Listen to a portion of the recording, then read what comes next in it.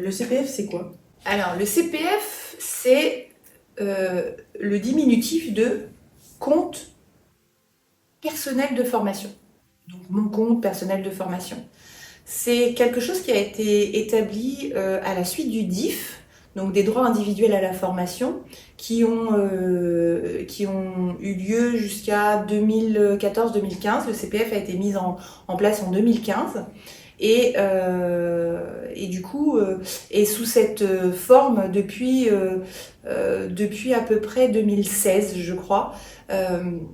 Et le CPF a été instauré parce que le DIF était beaucoup trop utilisé par les entreprises et c'était les droits des salariés, mais qui étaient utilisés pour la valeur ajoutée de l'entreprise, donc pour former dans le cadre des activités de l'entreprise. Pour le coup, avec la loi à venir, le gouvernement a vraiment voulu taper du poing sur la table et obliger les entreprises à laisser libre choix aux salariés sur les formations qu'ils voulaient faire. Donc mon compte personnel formation, c'est un compte qui appartient à chaque actif, sur lesquels est versé, si vous êtes salarié, entre 500 et 800 euros par an. Cette somme est versée tous les ans à des dates différentes. Et vous pouvez avoir du coup jusqu'à 5 000 ou 8 000 euros au maximum. Cette somme, vous pouvez l'utiliser hors activité professionnelle ou si votre entreprise vous le permet pendant vos activités professionnelles, mais ce sera seulement sur accord.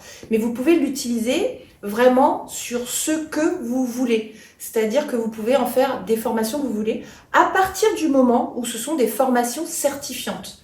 Maintenant, il est fondamental de faire attention au titre ou à la certification qui est rattachée à la formation que vous choisissez. Donc, je dirais qu'il est important d'aller bien regarder, quand vous êtes sur mon compte formation, d'aller voir ce qui peut se passer sur le petit...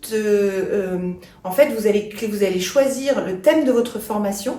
Et ensuite, après avoir choisi le thème de votre formation, vous allez pouvoir aller voir dans certification.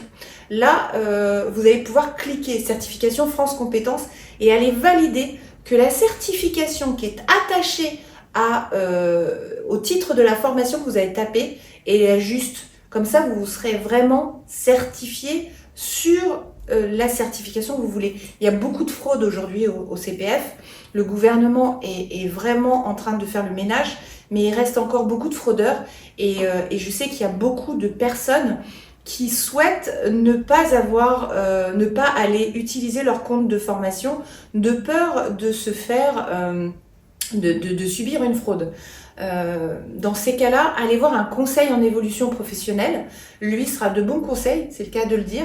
Et sinon, demandez à un organisme de formation en présentiel donc, que vous allez rencontrer et qui va vous aider. Si vous êtes salarié, demandez à votre RH qui pourrait également faire une recherche pour vous.